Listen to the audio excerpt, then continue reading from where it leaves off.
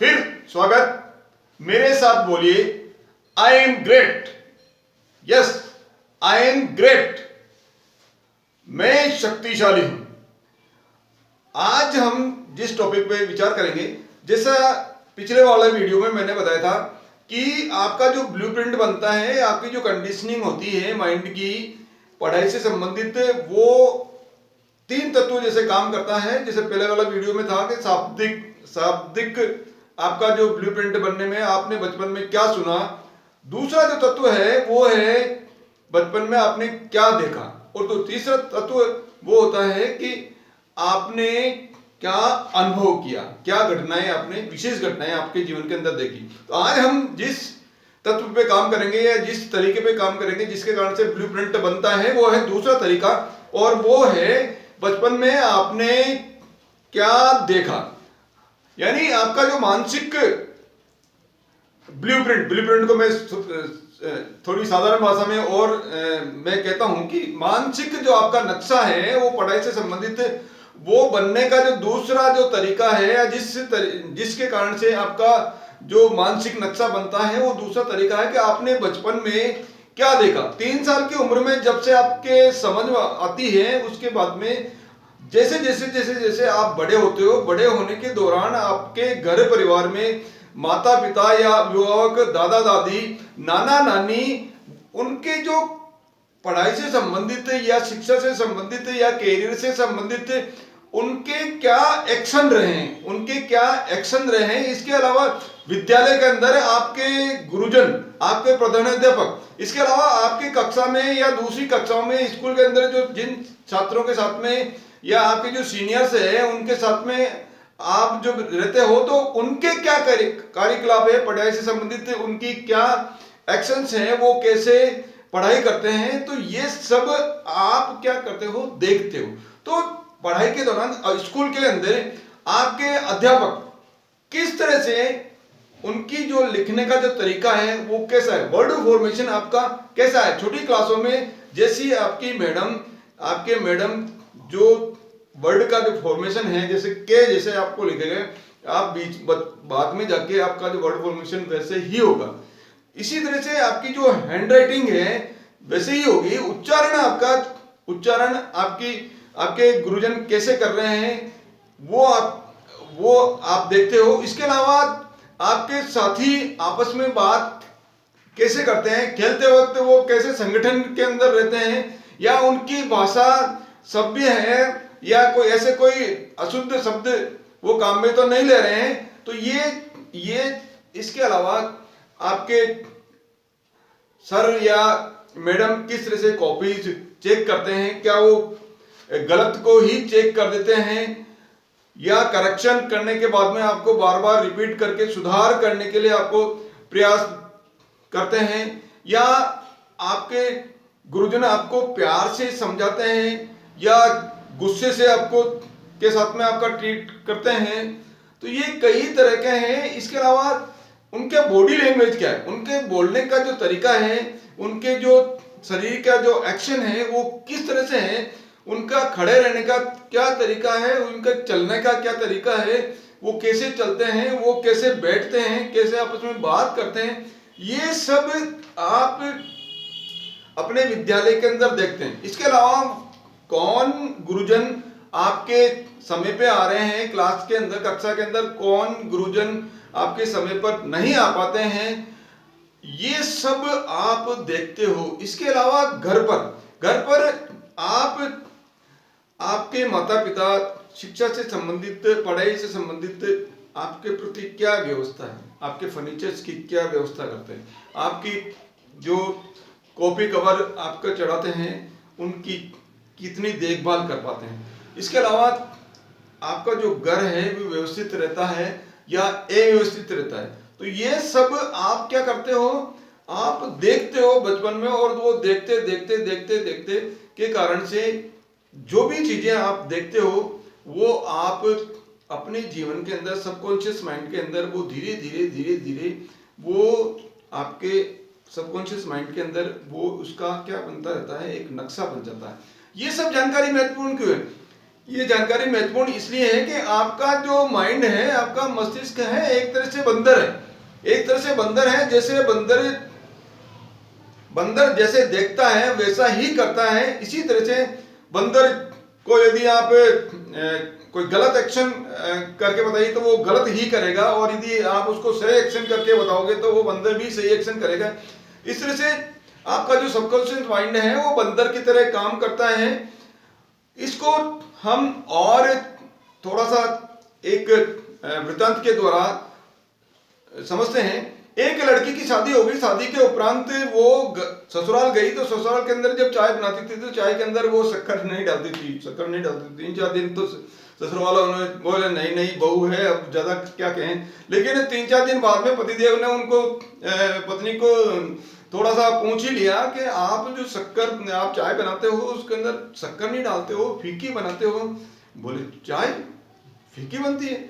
और किस्मत से उस दिन उस लड़की की मदर या उनकी मम्मी भी वहां आई हुई थी उनके घर में। तो बोले चाय तो शक्कर चाय शक्कर नहीं डालते? बोले नहीं, मेरी मम्मी भी ऐसी बनाती। तो किस्मत से जो मम्मी आई हुई थी तो मम्मी को पूछा, तो मम्मी बोले शक्कर में इसमें चाय नहीं डालते हैं?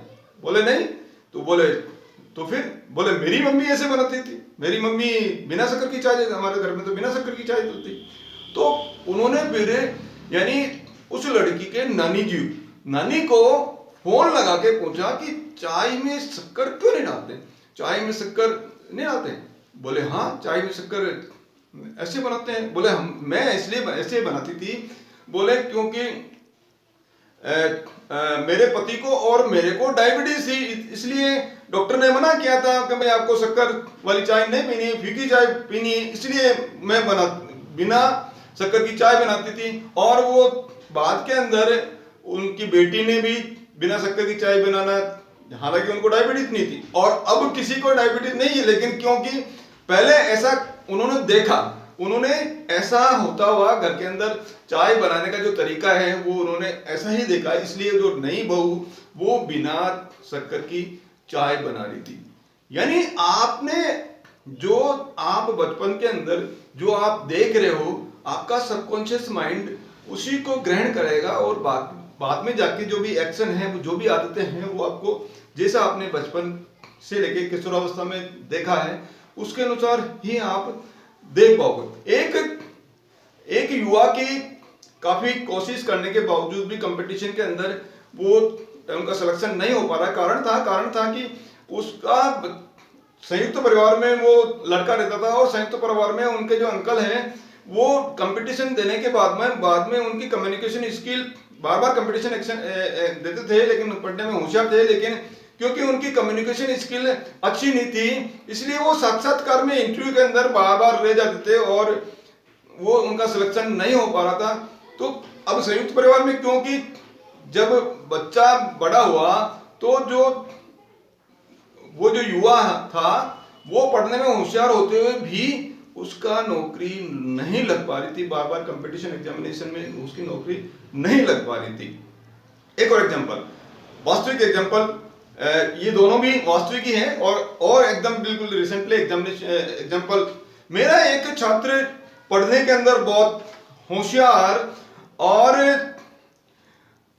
बोले बहुत परेशान होके आया, सर बड़े प्रॉब्लम में हूँ, शादी हो चुकी है, बच्चे भी हो चुके हैं, बार कंपटीशन एग्जामिनेशन दे रहा हूँ, 3-4 अटेम्प्ट मैंने रेलवे में लोको पायलट के दे दिए। मेरे सभी साथी लगभग जो 5-6 साथी है उनका रेलवे में सिलेक्शन हो गया, बाकी का भी मल्टीनेशनल कंपनी के अंदर हो गया सर, सब बहुत ही अच्छी जगह जॉब कर रहे हैं। और मैं सर आपको पता है मैंने ट्रेनिंग कितनी अच्छी करी और ट्रेनिंग सबसे हाईएस्ट जो है मेरे मार्क्स आए हैं सर, लेकिन फिर भी सबकी नौकरी लगी, मेरी नौकरी सर बार 4 अटेम्प्ट मैंने दे लिए लेकिन मैं सिलेक्शन नहीं हो पा रहा। तो फिर मैंने उस छात्र को मैंने बिठा के थोड़ा सा उसका पूछा, पीछे की जो हिस्ट्री मैंने तो थोड़ी सी पूछी, तो पूछने पे ये मालूम हुआ कि उस छात्र के घर में किराएदार, जब वो 8वीं से पढ़ रहे थे, तो जब 8वीं में थे तो 8वीं तक से लेके 10वीं 12वीं तक जब उसने स्टडी की तो कई किराएदार थे, और उस किराएदार ने ही इस छात्र को ITI करने के लिए गाइडेंस किया था। उस किराएदार ने क्या, वो रेलवे में वो कंपटीशन एग्जामिनेशन देते थे, लेकिन कंपटीशन एग्जामिनेशन देने के बाद में वो भी लोकल वाले एग्जामिनेशन जो दिए थे उन्होंने, और 4-5 बार उन्होंने भी उन्होंने भी एग्जामिनेशन कंपटीशन एग्जामिनेशन दिए, लेकिन हर बार वो सिलेक्शन के करीब पहुंच के, और एंड के अंदर जब उनका मेडिकल टेस्ट क्योंकि होता था तो उसके अंदर वो रह जाते थे मेडिकल, क्योंकि उनके आईसाइट वीक होने के कारण से। लोको पायलट में जो मेडिकल होता है वो काफी अच्छा मेडिकल, थोड़ा टाइट मेडिकल होता है, क्योंकि आईसाइट अच्छी होनी चाहिए। तो आईसाइट में वो जो किराएदार जो छात्र था वो आईसाइट के अंदर वो बार बार रहता था। तो ये पकड़ में आ गई मेरी चीज। मैंने कहा इसके बच्चे के सबकॉन्शियस माइंड में जो सबकॉन्शियस माइंड में ब्लूप्रिंट बन गया कि बार बार 4 बार कंपटीशन देते हैं, और एंड के अंदर क्या करते हैं, एंड के अंदर किसी कारण से असफल हो जाना है। कंपटीशन देना है लेकिन असफल हो जाना है एंड के अंदर। ये सबकॉन्शियस माइंड ने इनडायरेक्टली ये इस चीज को पकड़ लिया।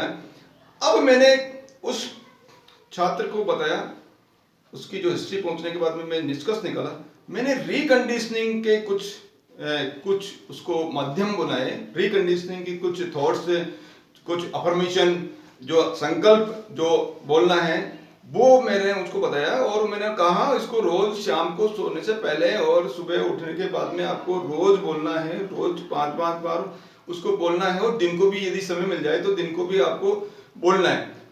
और छात्र क्योंकि अनुशासित था और सिंसियर छात्र था, और पढ़ने में वो तो होशियार था, लेकिन किसी कारण से नहीं हो पा रहा, तो ये कारण पकड़ में आ गया।